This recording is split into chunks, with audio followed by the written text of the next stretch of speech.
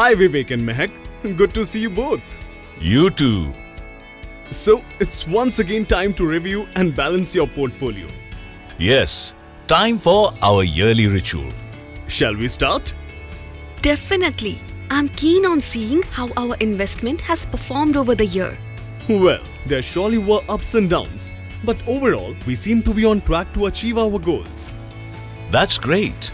This is despite of the fact that the equity market was extremely volatile in the previous year. True. And I think it's all because of your prudent advice of diversifying our portfolio. Our portfolio was relatively unaffected as underperformance of one asset class was negated by the outperformance of the other. Yes, I'm glad that a balanced, well-diversified portfolio has helped us in the past, and I believe it will in the future. Talking about asset allocation, I have some more interesting data to show you. Check this out. This is interesting. Yes, it highlights that none of the asset class have been a clear winner year after year. Absolutely right, Vivek.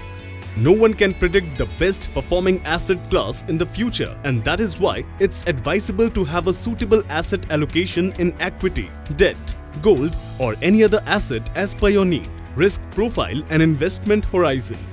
Under or over diversification both can be harmful. That's why an adequately diversified portfolio is a preferred strategy for smart investment. I see. But how can diversification be harmful? If our portfolio is over-diversified, it might earn lower returns on your investments. And if it is under-diversified, then the portfolio is exposed to higher concentration risk towards a single asset. Oh, now I understand.